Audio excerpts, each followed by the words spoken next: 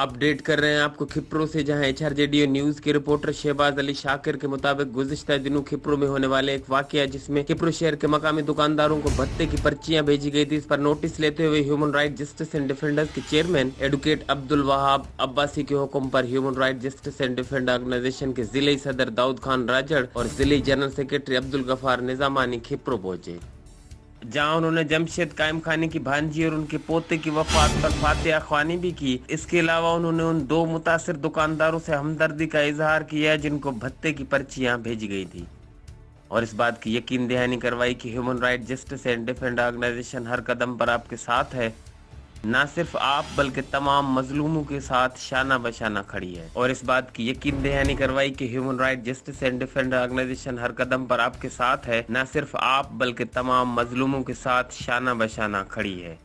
इस मौके पर HRJDO news से बात करते हुए उनका कहना था, ये जो कल मसला हमारे नायब सदर विजय सोनी से हुआ है, हमारी पूरी टीम इसकी मजम्मत करती है और के साथ खड़ी है। हता कि हमारे सदर हकम अली राजर साहब, जनरल सेक्रेटरी हाजी खान भोजदार, नायब सदर अदनान चौधरी, राजा शाह, कादर राजड़, राणो और हमारे इतला सेक्रेटरी हैं आशिम मंगरियो साहब, और हमारे HRD के नुमाइंदे हैं न्यूज़ के अली शहबाज शाकिर साहब, वो भी हमारे साथ हैं। और हम ये कहते हैं कि हम हमारे हर कारकुन के साथ हैं। ये तो हमारे नायब सदर हैं, हम इनों के साथ शाना बशाना खड़े हैं, और हम मुतल्लिक़ा इदारों को ये कह चुके हैं, पहले भी समझा चुके हैं कि भाई इसका सख्त से सख्त नोटिस लिया जाए। SHO साहब, DSP, SSP, इन सारों को हमने इतला दे दी है। हमारे पाकिस्तान के सदर ह्यूमन राइट डिफेंडर के सदर हैं जो अब्दुल वहाब अब्बासी साहब, उन्होंने भी इनों की मजम्मत की है, और मुग़ल साहब हैं उन्होंने भी मजम्मत की है।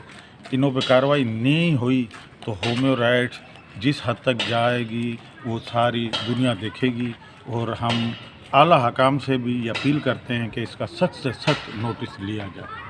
जी तो असो नायब सदर आहे human right justice defender organisation जो विजय कुमार सोनी, जो सोन जो थोनारो आहे, जैसे रात चिठियूं जेके मिलियूं आहिनि तो के जेकॾहिं 25 लाख रुपया ॾींदे ठीकु आहे, न त क़तल कयो वेंदो। जीअं त इहा ख़बर असांखे ख़बर पई, असांजे chairman human right justice defender organisation advocate Abdul Wahab Abbasi Sahab खे ख़बर पई, जीअं उनजी हिदायतनि ते उनजे हुकुम ते असांजी टीम पूरी पहुती आहे ज़िले जी तालुके जी। त तव्हां इंशाल्लाह का बि तव्हांखे अकेलो कोन छॾिबा, असां तव्हां सां गॾु आहियूं। चाहे हिते बि असांजी टीम SHO DSP मिली आहे, सुभाणे असां SSP सां मिलंदासीं, ऐं जे ज़रूरत पई त असां DIG सां मुलाक़ात कंदासीं। ऐं जेके हिनखे धमकियूं मिलियूं आहिनि इन अनसरनि जे ख़िलाफ़ एजेंट्स जे ज़रिए तहक़ीक़ात अहिड़े इदारनि खां कराई वञे जीअं असुलु ख़बर पए त हिनखे धमकियूं ॾींदड़ केरु आहे, जेको हिनखे ब्लैकमेल करे रहियो। उनजे लाइ असां आला इख़्तियारनि खे अपील कंदासीं, जेको विजय कुमार सोनी खे जेका इहा धमकी मिली वई आहे पैसनि जी, पैसा ॾियो न त तव्हांखे क़तलु कयो वेंदो खिप्रे शहर में, उनजे लाइ असां उनजी भरपूर मज़म्मत था करियूं। असां अॼु हिन वटि हली आहियूं त इंशाअल्लाह ताला असांजी पूरी ह्यूमन राइट्स टीम, पूरी सिंध जी टीम असांजी हिन सां गॾु आहे, असांजो भाउ आहे, इंशाअल्लाह ताला असां गॾु कंदासीं। साईं असां विजय कुमार जी जेके पर्चियूं आहियूं धमकियूं ॾियण उन असां आया आहियूं विजय कुमार वटि। बिल्कुलु असां विजय कुमार सां गॾु आहियूं। इहा नान सां बि थी आहे, असां SHO वटि असांजी टीम वई आहे, उन्हनि बि इतमाद ॾियारियो आहे। इंशाअल्लाह का बि ॻाल्हि कोन्हे, इंशाअल्लाह तकलीफ़ दूर थी वेंदी, अहिड़ी ॻाल्हि ई कोन्हे, अलाह भली कंदो।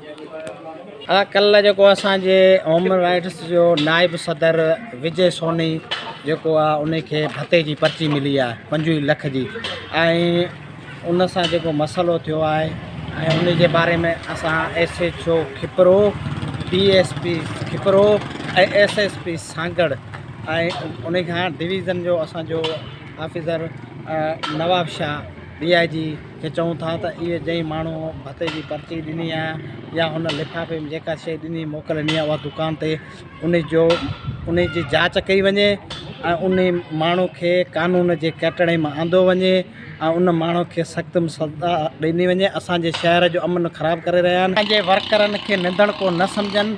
असां हुन सां गॾु आहियूं ऐं गॾु रहंदासीं, ऐं असांजी टीम पूरी गॾु आहे, असांजा ज़िले वारा दोस्त बि गॾु आहिनि, असांजा जेके बि आहिनि सिंध पूरी जा जेके बि आहिनि ह्यूमन राइट्स उहे असांजा दोस्त असां सां गॾु आहिनि, इंशाअल्लाह विजय सन सां। Human rights justice and defender organisation taluka Khipro जो नायब सदर आहियां। कल जेको वारदात थी आहे खिप्रे में, असांजे नायब सदर विजय सोनी के जेको आहे सो मौतमार धमकियूं ॾिनी वयूं आहिनि चिठी जी सूरत में, उनजे ख़िलाफ़ असां SHO खिपरो DSP खिपरो SSP सांगड़ के दरख़्वास्त ॾिनी आहे। असां आला हुकाम ताईं इहो असांजो पैगाम पहुचाइणु चाहियूं था असांजी टीम जी तरफ़ां त इन्हनि अहिड़े जवाबदारनि ख़िलाफ़ु कार्रवाई कई वञे ऐं असां ह्यूमन राइट्स जे प्लेटफॉर्म खां इहो आवाज़ उथारियूं पिया।